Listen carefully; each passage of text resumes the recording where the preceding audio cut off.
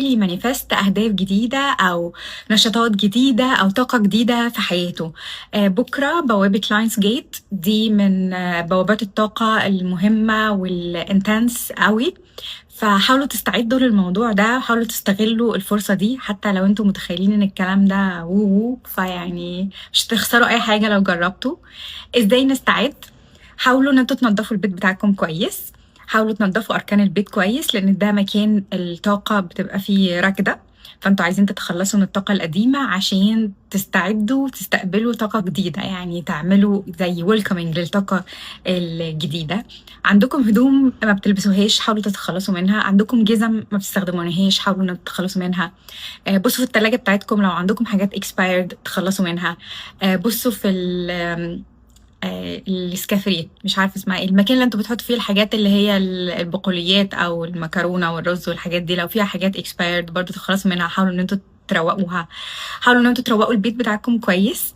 عموما ترويق البيت بيعمل كلاريتي لذهنكم ولأفكاركم، لأن احنا قلنا إن في قانون من قوانين الطاقة بيقول إن أنت عشان تبقى منظم من جوه يبقى عندك كلاريتي جوه، ده بينعكس على اللي بره واللي بره بينعكس على اللي جوه، لأن أنت عندك مراية ريفلكشن بترفلكت كل حاجة براك، بترفلكت اللي جواك، وكل حاجة جواك بترفلكت براك. المهم نضفوا مدخل البيت بتاعكم كويس قوي، حاولوا ان انتوا تروقوه، ما يبقاش فيه كراكيب، ما يبقاش فيه اي حاجه ملهاش لازمه، ما يبقاش فيه حاجه يكون شكلها وحش. تعملوا ايه كمان؟ حاولوا ان انتوا بعد ما تعملوا الحاجات دي كلها لو عندكم ريتشوال بتستحموا بيه تنضفوا بيه جسمكم كله وشعركم من غير اكسسوارز او من غير اي فاصل ما بين يعني جلدكم وما بين الميه. حاولوا تفكروا وانتوا بتعملوا الكلام ده ان انتوا بتحاولوا تتخلصوا من اي طاقة قديمة عشان ترحبوا بالطاقة الجديدة اللي انتوا بتحاولوا تعملوا لها مانيفستيشن في حياتكم. ممكن تكتبوا في ورقة بالليل كل الحاجات اللي انتوا نفسكم فيها، لو بتعرفوا ترسموا شكل الحاجات اللي انتوا نفسكم تحصل ارسموها.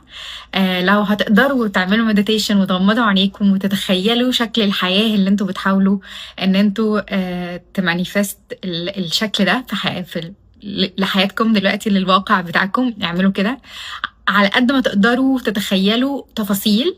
اعملوا كده، ده بيساعد جدا ان انت تقول لعقلك اللاواعي ان دي حياتك الجديدة، فيبتدي الكلام ده يحصل له ريفليكشن في الواقع بتاعك المادي الحالي. المهم ان هي فرصة حلوة قوي، حاولوا ما تفوتوهاش، حاولوا تستغلوها.